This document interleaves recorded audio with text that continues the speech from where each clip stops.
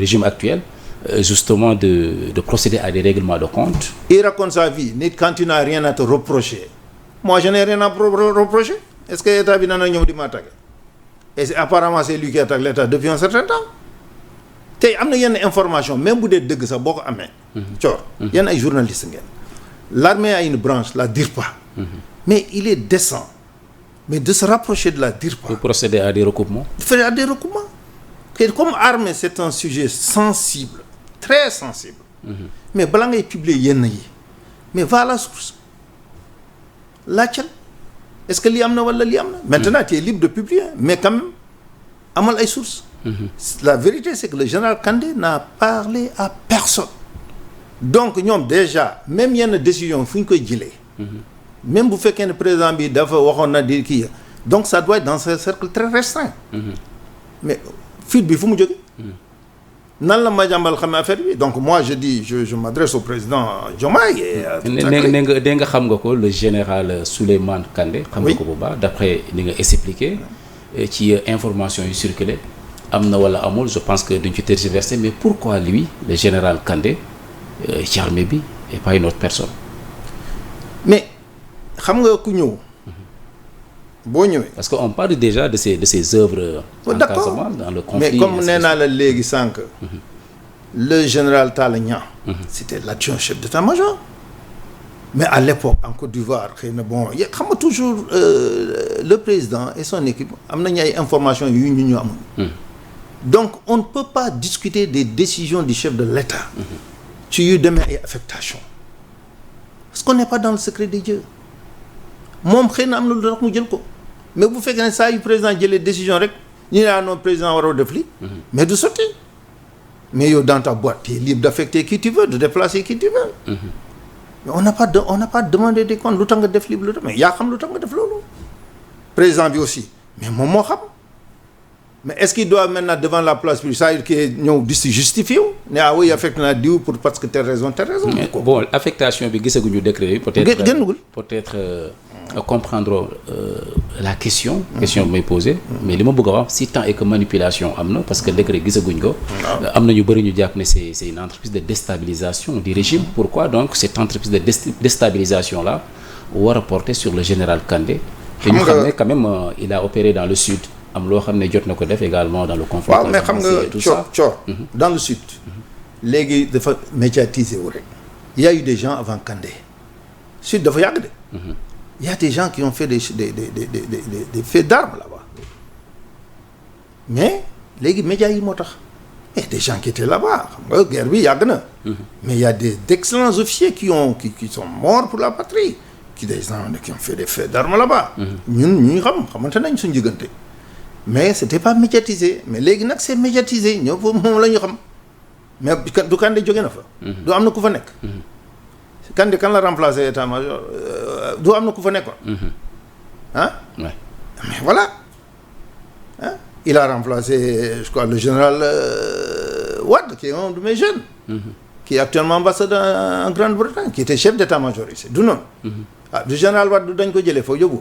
chef de du fii la nekkoon chef d'état-major paregul woon de. du yóbbu dañ ko yóbbu.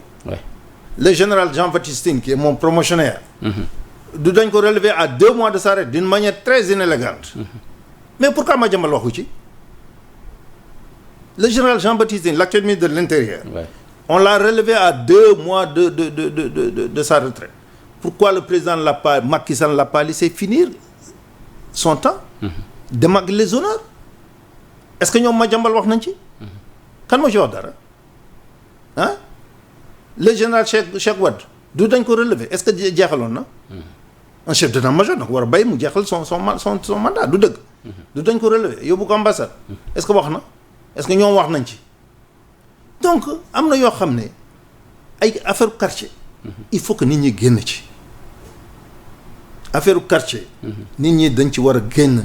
il y va de la stabilité du pays, de la sécurité du pays. Alors, il y va de la sécurité du pays. Apparemment, c'est un sujet sensible. Ñi ciy wax également dañuy jéem xool li ñu ciy wax ak yu ni mel. C'est pas un débat quand même qui se pose tout le temps dans l'espace politique quand on parle de l'armée. C'est plus ou moins sensible mais débat bi nu mel lan la ñu mën a jural sur le côté sécurité wax nga ko sànq. mooy quand on met l'armée dans les affaires politiques. Exactement. Ça c'est créer un malaise lii yëpp nag man danaa wax c'est le président Macky Sall qui a créé tout ce. mais ci naka. xam nga quartier. armée.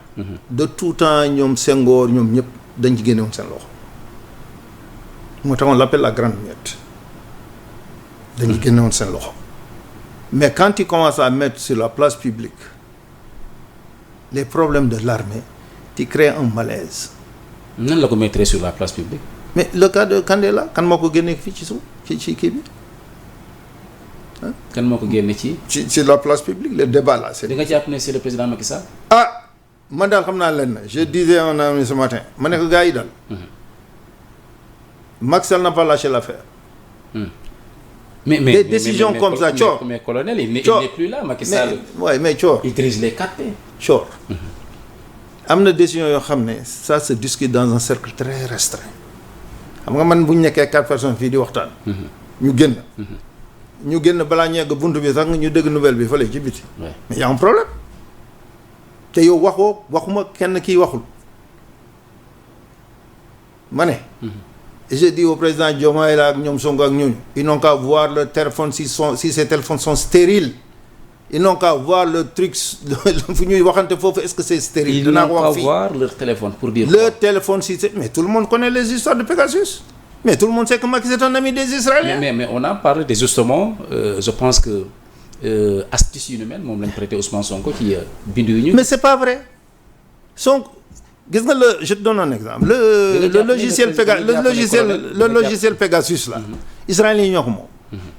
du génn Israël sans l'avis du gouvernement israélien. donc tu connais l'histoire. Mais Diomaye qui vient supporter la Palestine alors que les Israéliens sont en guerre contre la Palestine. Et Macky c'est l'ami des Israéliens. Quel est l'ami de Macky qui était ici là? La famille Pérez. Ils sont dans la sécurité. damay wax rek. ils n'ont qu'à voir si les trucs sont stériles. foofu laa bëggoon ñëw justement le président de la République Bassirou Diomaye Faye et son chef du gouvernement Ousmane Sonko nga ne foog ñu xoolaat seen téléphone. waxuma la téléphone sax. même si mu ñu nekk ñoom seen bureau yi machin tout ça. mooy appareil ñuy utiliser da nga jàpp ne dañ leen di espionner. c'est possible. mais tu sais li américain bëggee ton truc là c'est facile. colonel un président de la République Macky Sall qui n'est plus là il n'est plus président de la République amatul l'appareil étatique mais fan lay jaar justement pour pouvoir. mais Macky Sall espionner. Macky Sall bu doon nit la. danaa ko wax fii de moi je suis du Fouta on se connaît xam nga yu nit ñi dañu wax rek ñun xamante nañ ñun fa lañ dëkk bu defoon ni Wade ak Abdou Diouf bu ñu jéemee dañu gën noppi jàpp seen njàmbur élégance boobu la amul nit boo génnee nguur da ngay dem toog noppi sa parti nga joxe kenn nga noppi tu ne peux pas venir essayer de mettre les bâtons dans les roues attends mais concrètement da nga jàpp ne lii xew ni il est derrière tout ça. parce que colonel il faut mu leer il faut ñu xam fi ngay teg sa tànk wala justement li nga bëgg a wax parce que fu mu ne nii Sénégalais yi dañ lay déglu. dañ may déglu kay xam justement. ndax da nga bëgg a wax ne cette histoire lu may wax daal moo cette histoire d'affectation ak rumeur yi ko entouré c'est le président Macky Sall l'ancien président temporaire autant pour moi moom moo nekk derrière tout ça ou bien. je ferai pas d'accusation formelle. mais damay la wax lenn. soupçon la. j'ai le droit d'avoir des soupçons. mais ce que je dis et je le dis solennellement. Le président Bassirou Faye, comme le premier ministre Sonko, ils n'ont qu'à voir si leurs téléphones et leurs bureaux sont stériles. kooku dama koy wax fi mu. ils sont stériles. stériles. baatu tubaab la mais ci wolof mooy. ci wolof moo di. est-ce que. amul lu ci ñu di leen di déglu wala di leen di piéger. exactement. est-ce qu'ils ont fait un truc mais c'est la vérité mais kooku ça existe partout.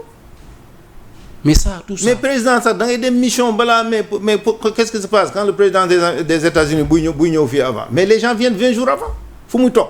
mais FBI les services secrets là mais dañu ñëw xool. loolu koy xanaa mbëri sax dañu leen koy defal. mais li ma bëgg a xam loolu mooy à quelle fin président exercer. mais parce que moi j'estime que Macky n'a pas lâché l'affaire. il n'a pas lâché moom bu matee du bàyyi de. bu matee day matt bu mu. xam nga boo xamul nguur. sama papa dafa noonu ne. baadoolo xaju ci nguur xaju ci baadoolo. pourtant am na fu mu jaar avant muy nekk président de la république. ma ne la jaar. moi je suis de Matam. am na yoo xam ne mënuñ ko wax. gars yi di yóbbu fii Macky Guédé xaw ma il n'est pas de Guédé Macky leen ndulumaay. waaw dafa amul yoo xam nag kenn du wax. waaw mes parents Foutanké ku nekk di yuuxu fi ma ne la nañu noppi. Il n'a pas lâché l'affaire il aurait eu l'élégance dem toog Maroc fële jàpp njàmbur toog mu dem Maroc yow nga ret gi dem Maroc muy wuti Maroc moom dafa jàngee Maroc. pourtant bon il a expliqué pourquoi mu jóge Sénégal en tant que président à la retraite dem installé au Maroc li mu jot a expliqué teg ko ci loxoy sénégalais c'est pour mettre le président ou l'équipe qui sera là à l'aise. Et dans ce cas pourquoi il demande à ses partisans du machin tout ça. parce que il est encore chef de parti aussi. colonel monsieur Thior. loolu laa lay wax. gis nga nit boo bëggee def ton successeur à l'aise. doo wax say partisans nañu kii. da ngay dem noppi nga jox parti bi keneen c'est tout mais doo nekk fële ci gannaaw ngay wax nit ñi nañu nga leen di ngemb nañ def yenn kii yi comme c'est le chef de parti. bu fekkee ne bu waxee dañ koy déglu. da ngay foog ni ñoom dañuy def fii dara loo xam ne moom xamu ko. mais koo kay yenuwul maanaam. ba si teel chef. mais tes éléments kay duñ def dara loo xam ne xamoo ko. mais li ngay wax ni colonel c'est grave hein parce que. grave ou pas de ma xam naa loolu sama xalaat lay wax. noonu laa gisee. yow daal da nga jàpp ne ñoom ñoo nekk. derrière man daal xam naa ne c'est depuis que ces gens sont au pouvoir. mais kenn mënu leen bay ñu liggéey. chaque jour on essaie de leur mettre dans les bâtons dans les roues scandale yu ñàkk fayda yooyu indi affaire histoire du général Kandé di ko sës loo xam ne waxu. qu'est-ce que ñoom bu ñuy indee histoire général Kandé bi lan lañ ci wut. mais c'est la question qu'on se pose. à quelle fin. en tout cas tudd nañ ci ay sujets yu sensibles on a parlé de la Casamance. peut-être pour faire un link entre le premier ministre nga xamante ne. mais du dëgg wallahi lazim du dëgg.